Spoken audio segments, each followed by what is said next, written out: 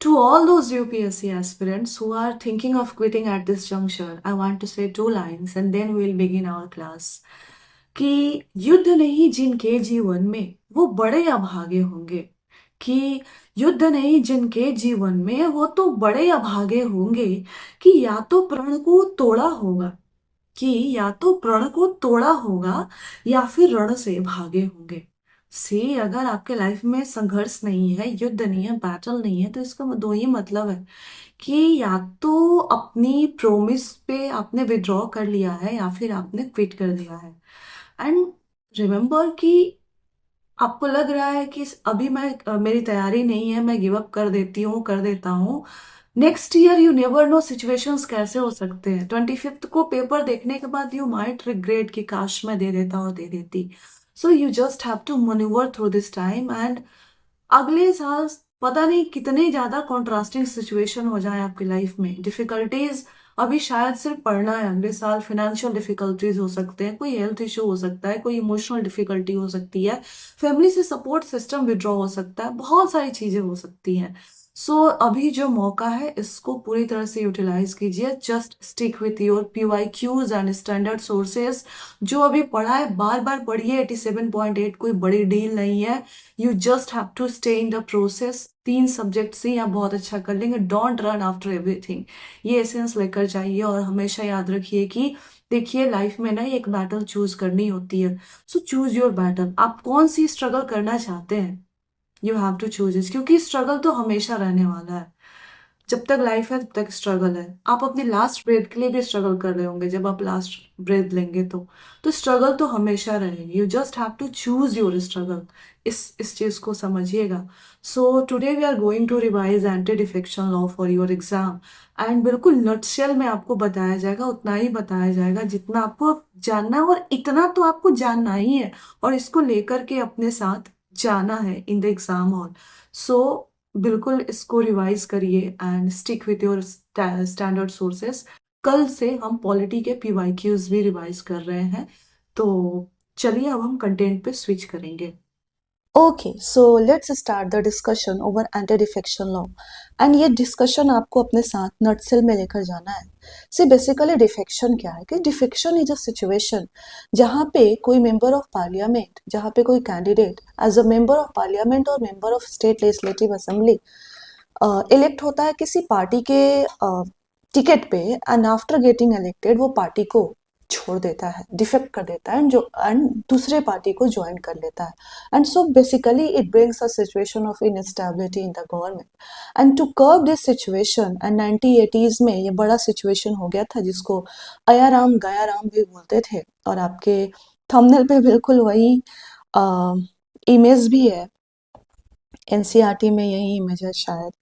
तो to curb this situation, basically an amendment was brought about by the then government, then Rajiv Gandhi government. That amendment is known as 52nd Amendment Act in the year of 1985। देखिए ये कुछ amendment के year ना आपको याद रखने हैं, क्योंकि यूपीएससी आपसे क्रोनोलॉजी भी पूछती है इंपॉर्टेंट अमेंडमेंट के। सो 52nd अमेंडमेंट एक्ट रिलेटेड है एंटी डिफेक्शन लॉ से, and it was brought about in 1985। And उस समय की गवर्नमेंट थी श्री राजीव गांधी की गवर्नमेंट थी। So basically 52nd amendment act provided कि अगर कोई भी मेंबर ऑफ पार्लियामेंट या member of state legislature defect करता है तो वो डिस्क्वालीफाई हो जाएगा from being a member of parliament. So this is called as anti defection law. So basically, to prevent MPs and MLAs from defecting one party and joining to another, ये amendment लाया गया था। And this amendment brought about changes in the constitution in a way that it brought about a new schedule, that is 10th schedule to the constitution। 10th schedule add हुआ 52nd amendment से। साथ ही साथ याद रखेंगे कि this 52nd amendment act brought about changes in 4 articles, और ये चारों आर्टिकल्स अभी बताए जाएंगे, इनको आप बुकमार्क करेंगे और एक बार तो इनका एसेंस लेंगे। For what are those 4 articles? Article 101, 102, this is related for central government, and 190 and 191, this is related for state government. So basically, this 52nd Amendment Act that provided for the disqualification of MPs and MLAs on the ground of defection, that is leaving one political party and joining the another. It added 10th schedule to the constitution, and it amended precisely 4 articles. Those were 101, 102, 190 and 191, that you should remember. And also there were some exceptions, जैसे कुछ defections allowed थे, in a sense that it allowed 52nd Amendment Act allowed split. That is, it defined split कि अगर किसी party के 1/3 members इकट्ठे छोड़ रहे हैं उस पार्टी को, then it will be not considered as defection and it will not attract disqualification under 52nd Amendment Act. Secondly, जो exception था, it was about merger. That is, in what is merger? So this act, anti-defection law, defines merger as a situation when two-third member of a political party joins, leaves that political party and joins another political party. So in that situation also, this action of two-third members will not attract disqualification under anti-defection law. And thirdly, there was another exception. It was for the presiding officers. Basically, this 52nd Amendment says that कि if अगर कोई member किसी party में elect होता है, किसी party के ticket select होकर मेंबर ऑफ पार्लियामेंट या फिर एमएलए बनता है, and after that if that member is getting elected as presiding officer, then that member can give up the membership of that party, and after vacating the seat of presiding officer, he can rejoin the party. So ये basically 3 exceptions 52nd Amendment Act से defection के exceptions हैं, that is 1/3 member were allowed in case of split, 2/3 members अगर party को छोड़ रहे हैं उसको मर्जर कहा गया था, एंड प्रिजाइडिंग, अगर कोई मेंबर इलेक्शन के बाद प्रिजाइडिंग ऑफिसर बनता है तो that member can give up the membership of that party, and after vacating the seat of presiding officer, that person can rejoin that party. But through 91st Amendment, remember this amendment, this is important for you, but through 91st Amendment, this exception of split was deleted. That now a split by 1/3 member of a political party is considered as defection, and it attracts disqualification via 52nd Amendment Act and anti-defection law. तो याद रखेंगे कि ये अभी के situation में two exceptions are allowed. That is, merger is allowed when 2/3 of members of the party are joining another party, and exception related to a member being elected as presiding officer, and after vacating the office of presiding officer, the member can rejoin the party. So these 2 exceptions are allowed, but the exception third exception that was provided through 52nd Amendment Act, that was related to split, it was omitted or deleted through 91st Amendment Act. ये आप याद रखेंगे. हम 91st Amendment Act से और क्या क्या changes किए गए थे उसको भी देखेंगे. So basically, first see that what are the provisions under 10th schedule when it comes to disqualification. किसने तरह के disqualifications को categorize किया गया है. So when you see the 10th schedule of the Constitution, there are basically 3 types of disqualification that has been defined in the 10th schedule. And what are those? So disqualification, type of disqualifications under 10th schedule. So one type of disqualification covers members of political party.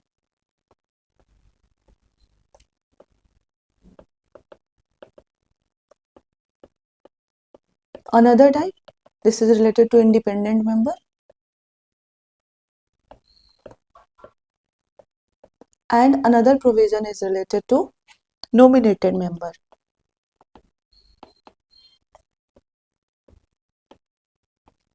So first discuss what are the disqualification provisions related to members of a political party. Remember, कोई भी political party का member अगर उस party की membership को voluntarily give up कर देता है तो in that case he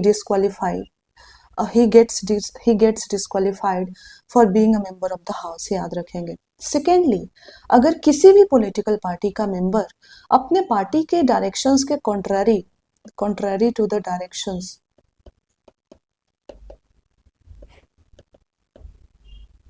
party के डायरेक्शंस के कॉन्ट्ररी एक्शन करता है, सो इन दैट एंड इस मेंबर के एक्शन को party with in 15 days condone नहीं करती है, तो in that case this member will attract disqualification under 10th schedule and that member will be disqualified for being a member of the house. अपने house की membership छोड़ देगा. Contrary to direction of the party means कि अगर कोई मान लीजिए important voting होने वाली है और पार्टी ने डिसाइड किया है कि हम इस वोट से एब्सटेन करेंगे, अब ये पार्टी का डायरेक्शन हो गया, अब एक पर्टिकुलर मेंबर जाकर के वोट कर देता है, तो पार्टी के डायरेक्शन के अगेंस्ट आप कॉन्ट्ररी एक्ट कर रहे हैं and vice versa also. If on a important issue party decides that all its members should be present in the house and we are going to vote for or against this issue and for on that day any particular member इधर abstains from voting में आता ही नहीं है या फिर आता है तो पार्टी लाइन के अगेंस्ट वोट कर देता है and that action and the action of that particular member is not condoned by the political party, then within 15 days then that person will attract disqualification under 10th schedule and that person will be disqualified from being a member of the house. तो ये आप याद रखेंगे.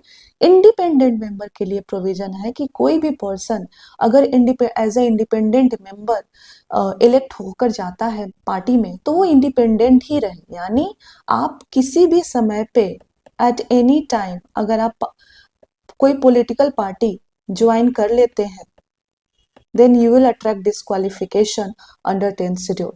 That is expectation या इसके अंदर का motive क्या है कि इंडिपेंडेंट मेंबर, अगर आप इंडिपेंडेंट गए हैं तो आप इंडिपेंडेंट ही रहिए. आप किसी भी समय पे अगर कोई पॉलिटिकल पार्टी ज्वाइन कर लेते हैं then you will attract disqualification under 10th schedule and you will lose membership of the house.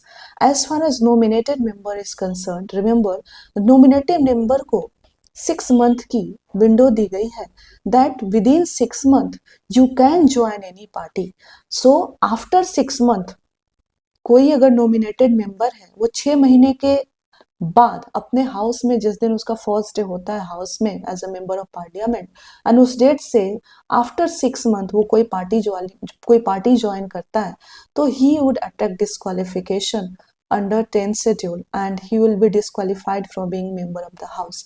लेकिन इसका कॉन्ट्ररी याद रखेंगे कि आफ्टर 6 महीने के बाद अगर वो कोई पार्टी ज्वाइन करता है तो वो डिस्क्वालीफाई हो जाएगा from being member of the house. लेकिन 6 महीने के विद इन कर लेता है तो कोई डिस्क्वालिफिकेशन नहीं होगा, he will still be a member of the house. So basically एक नॉमिनेटेड मेंबर को 6 महीने की विंडो दी गई है कि with in 6 month you can join any party. But एक इंडिपेंडेंट मेंबर कभी भी कोई पार्टी अगर ज्वाइन करता है तो ही और she will attract disqualification. So ये डिस्क्वालिफिकेशन के प्रोविजंस है. एंड अगेन हमने एक्सेप्शंस इस एक्ट के अंदर एक्सेप्शंस हमने देख लिए हैं कि originally we had 3 exceptions related to split, merger and related to a member being appointed as presiding officer. Split क्या होता है, merger का definition भी हमने देख लिया है. So by 91st Amendment Act split के जो exception है उसको delete कर दिया गया था. अब आज की स्थिति है, आज की जो सिचुएशन है कि अगर आप स्प्लिट करते हैं कोई भी पॉलिटिकल पार्टी में 1/3 मेंबर्स उस पार्टी से बाहर जाना चाहते हैं और वो स्प्लिट के कैटेगरी में आएगा then entire 1/3 members will attract disqualification and they will be disqualified from being member of the house. So split is not allowed. Merger allowed है. मर्जर के लिए मर्जर एक एक्सेप्शन है. अगर 2/3 मेंबर्स एक पार्टी को छोड़ करके दूसरे पार्टी में जाकर के मर्ज होना चाहते हैं तो they can go and merge with another party, and this action of these 2/3 members will not attract any disqualification, and they will remain a member of the house despite being merging with another house. and presiding officer का case आपको पता है. So तो ये दो जो exception है, these two exceptions are still allowed, merger and member being elected as presiding officer, याद रखेंगे. And exception, the original act provided the exception related to split, that was deleted by 91st Amendment Act. तो सब current position is कि split is not allowed, बहुत ही clear mind से आप याद रखेंगे. ये इतना है डिस्क्वालिफिकेशन के प्रोविजंस. अब हमें देखना है another topic is who will be the deciding of authority related to the cases of disqualification. अगर किसी हाउस में किसी मेंबर का डिस्क्वालिफिकेशन होता है, ये कौन डिसाइड करेगा? So as far as deciding of authority is concerned, the presiding officer of the house, याद रखेंगे आप, presiding officer of the house will be the deciding authority when it comes to the cases of defection under anti-defection law. And original act provided that this presiding officer, the decision of the presiding officer shall be final. But in Quijotto Holohan case, आपने पढ़ा होगा, reference के लिए मैं दे देती हूँ तो आपको याद रहेगा. इन Quijotto Holohan के सुप्रीम कोर्ट सेड दैट की the decision of presiding officer related to anti defection law is subject to judicial review. And इसके लिए कोर्ट ने रीजनिंग भी दी थी कि क्योंकि जब प्रिजाइडिंग ऑफिसर 10th शेड्यूल के अंदर कोई क्वेश्चन को या डिफेक्शन के मैटर को डिसाइड करता है, in that situation the presiding officer is acting as tribunal, and orders of tribunal are not immune. Tribunal से आप हाई कोर्ट जाते हैं, हाई कोर्ट से सुप्रीम कोर्ट जाते हैं. So court said in Quijotto Holohan कि presiding officer while deciding the question of defection under 10th schedule acts a tribunal, and that's why the decisions of the presiding officer are subject to judicial review. आप ये याद रखेंगे. Besides, the current situation ये है कि the decision of the presiding officer under anti-defection law are subject to judicial review. Besides, आप ये भी याद रखेंगे कि the presiding officer cannot take suo motu notice, suo motu cognizance नहीं ले सकता है. ये आप याद रखेंगे. ये क्वेश्चन आपसे पूछा जा सकता है कि क्या प्रिजाइडिंग ऑफिसर किसी हाउस में हो रहे डिफेक्शन का सुओ मोटू कॉग्निजेंस ले सकता है? तो रिमेंबर कि presiding officer suo motu cognizance नहीं ले सकता है. एक there has to be a complaint या नोटिस ब्रॉट करना पड़ेगा प्रिजाइडिंग ऑफिसर को by a member of that house. Member of that particular house has to bring a complaint to before the presiding officer, and on the basis of this complaint only presiding officer can take a matter into the consideration.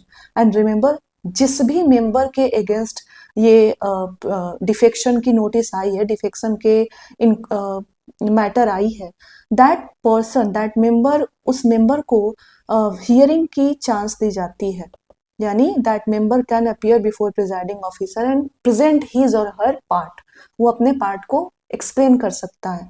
सो आपसे पूछा again, अगर ये matter ज्यादा complicated है तो presiding officer can refer this matter to for the inquiry of ethics committee.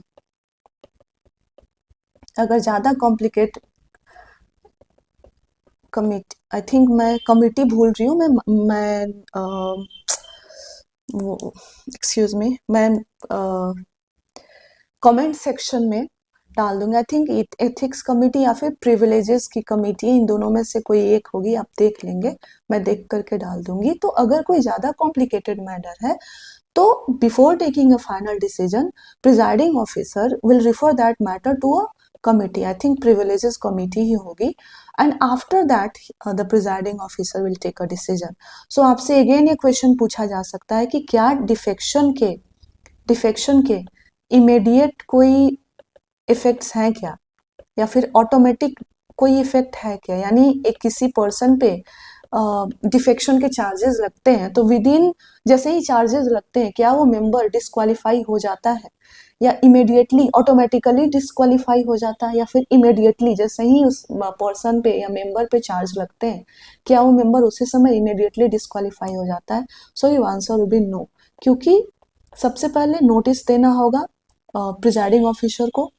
Presiding officer को suo moto नहीं ले सकता है, एंड प्रिजाइडिंग ऑफिसर नोटिस मिलने के बाद उस पर्सन या उस मेंबर को सुनेगा, उसके उसके हिस्से की कहानी वो सुनेगा, एंड और ज्यादा कॉम्प्लिकेटेड मैटर हुआ तो that presiding officer can refer that matter to I think privileges committee, and उसके बाद ही वो डिसीजन लेगा। सो डिफेक्शन का बेसिकली डिफेक्शन के चार्ज का कोई इमीडिएट या ऑटोमेटिक इफेक्ट नहीं है, ये आप याद रखेंगे। क्लियर है ये? Last thing that I want to bring to your notice is the changes brought about by 91st Amendment Act. See, हमने एक तो देख लिया कि 91st Amendment Act 2003 से स्प्लिट को डिलीट, जो एक्सेप्शन था स्प्लिट, उसको डिलीट कर दिया गया था, but there are certain other provisions also that were added in the constitution. So basically, this 91st Amendment Act 2003 has three pronged objective. What were the three pronged objective? First were to limit the size of Council of Ministers, both at center and states. पहला objective ये था. Secondly, debar defectors from holding public office. जो भी defectors हैं, defectors means अब आप समझ गए वो पब्लिक ऑफिस ना होल्ड कर पाए, इसके लिए इनको डिबार करना. And thirdly, to bring about stability in the government.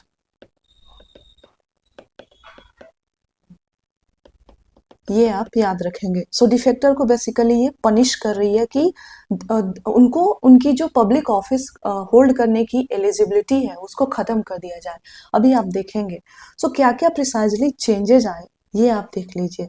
सो सबसे पहला चेंज किया गया through 91st Amendment Act that it limited the size of Council of Ministers, and it says that in Central Council of Ministers maximum central council of minister का maximum strength जो होगा ये 15% of Lok Sabha के strength को exceed नहीं करेगा.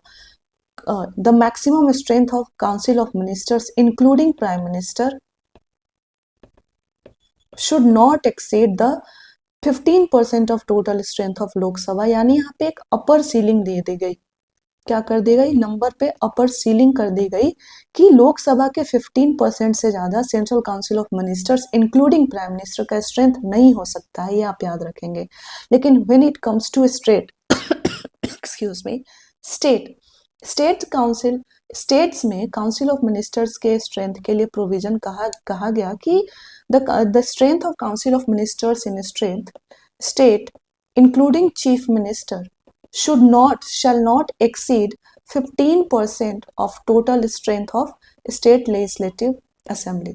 state legislative assembly के 15% से ज्यादा, स्टेट लेजिस्लेटिव असेंबली की जितनी भी स्ट्रेंथ है उसके 15% से ज्यादा काउंसिल ऑफ मिनिस्टर्स का स्ट्रेंथ नहीं हो सकता. और and this number includes chief minister also. But यानी अपर सीलिंग तो दी ही गई यहाँ पे. साथ ही साथ this 91st amendment act also provided कि जो लोअर लिमिट है, यानी किसी भी स्टेट में council of ministers including chief minister का जो नंबर है shall not be less than 12. ये आप याद रखेंगे. सो अपर सीलिंग के साथ साथ लोअर लिमिट भी दे दी गई है. तो ये आप याद रखेंगे कि स्टेट में काउंसिल ऑफ मिनिस्टर्स और काउंसिल ऑफ मिनिस्टर्स की जहां भी चर्चा होगी उसमें प्राइम मिनिस्टर और चीफ मिनिस्टर को इंक्लूड कर लेंगे. सो काउंसिल ऑफ मिनिस्टर्स का जो मिनिमम स्ट्रेंथ है वो 12 से कम नहीं हो सकता है. It cannot be less than 12. It can be less than or equal to, greater than or equal to, यानी मिनिमम 12 एंड मैक्सिमम कितना हो सकता है? 15% of the total strength of state legislative assembly. ये आप याद रखेंगे. दूसरा, so this was the first provision. हमने कहा कि it limited the size of council of minister. So ये इसका प्रोविजन है. अब हम देखेंगे कि डिफेक्टर्स को पनिश करने की बात की गई थी कि वो पब्लिक ऑफिस ना होल्ड कर पाए. अब हम इसको देखेंगे. So when it comes to punishing defector, the 91st amendment act provided that, हम दूसरा देख रहे हैं कि कोई भी मेंबर ऑफ पार्लियामेंट कोई भी मेंबर ऑफ पार्लियामेंट चाहे किसी भी पार्टी से है, अगर वो डिस्क्वालीफाई हो जाता है on ground of defection, defection के ग्राउंड पे अगर वो डिस्क्वालीफाई हो जाता है, तो simultaneously that person will be disqualified from being appointed as a minister. यानी अगर कोई मेंबर ऑफ पार्लियामेंट डिफेक्शन के ग्राउंड पर डिस्क्वालीफाई हो जाता है, वो तो मिनिस्टर नहीं बन सकता है, ये आप याद रखेंगे। सेम गोज फॉर एमएलए, यानी स्टेट लेजिस्लेटिव असेंबली के मेंबर के लिए, कि अगर कोई member of state legislative assembly defection के ग्राउंड पे डिस्क्वालीफाई हो जाता है, तो that member of state legislative assembly cannot be appointed as minister, यानी वो मिनिस्टर बनने के लिए भी जो डिस्क्वालीफाई हो जाएगा, ये आप याद रखेंगे। सो हमने जो सेकेंड प्रोविजन पढ़ा था कि 91st अमेंडमेंट एक्ट के 3 प्रोन्ज ऑब्जेक्टिव थे। सेकेंड वाज था कि डिफेक्टर्स को पनिश करना है from holding public office, so ये प्रोविजन है। And third was that to bring stability in the government. So stability के लिए उन्होंने कहा कि देखिए जो ओरिजिनल एक्ट है उसमें split as a exception allowed है, दैट इज 1/3 मेंबर्स कभी भी चाहे तो एक पार्टी को छोड़ करके दूसरे पार्टी में जा सकते हैं, और वो एक्सेप्शन में आते हैं, यानी प्रोटेक्टेड है। But 93rd Amendment Act deleted this exception. They said 93rd Amendment Act said कि no, now onwards split will not be protected, split एक एक्सेप्शन नहीं रहेगा। यानी अगर स्प्लिट होती है, यानी किसी पार्टी के 1/3 मेंबर एक पार्टी को डिफेक्ट करके दूसरे में जाते हैं, तो they will attract disqualification under anti defection law. तो ये आप याद रखेंगे। अब देखिए इतना ही है, और इसी एसेंस को आपको लेकर के एग्जाम में जाना है। इससे ज्यादा आप पढ़ेंगे ना एनालिसिस क्या, पॉजिटिव क्या, नेगेटिव क्या, आप में पीरी देकर आइए, हम इसमें पढ़ेंगे ना, एनालाइज करेंगे, बिल्कुल राइट। लेकिन इतना ही आपको लेकर के जाना है, इसी एसेंस को आपको लेकर के जाना है। और न्यूज में जब भी आता है तो यही आपके मैगजीन में आता है, और इसी के लिए आप परेशान रहते हैं। So focus on static, see exam static से निकलता है, मेरी बात मान लीजिए। और कल से हम PYQ भी स्टार्ट कर रहे हैं। So on this note I will conclude this class. I wish you very good luck, I wish you very good luck. देखिए अपना स्ट्रगल चूज करना होता है, और अगर स्ट्रगल नहीं चूज कर रहे हैं तो फिर 100 तरह की मानसिक बीमारियां होती है, और अगर आप किसी चीज में लगे हुए हैं तो eventually you will land up some, कहीं ना कहीं तो आप पहुंच जाएंगे। सो गिव अप मत कीजिएगा, और I wish you very good luck. Thank you very much.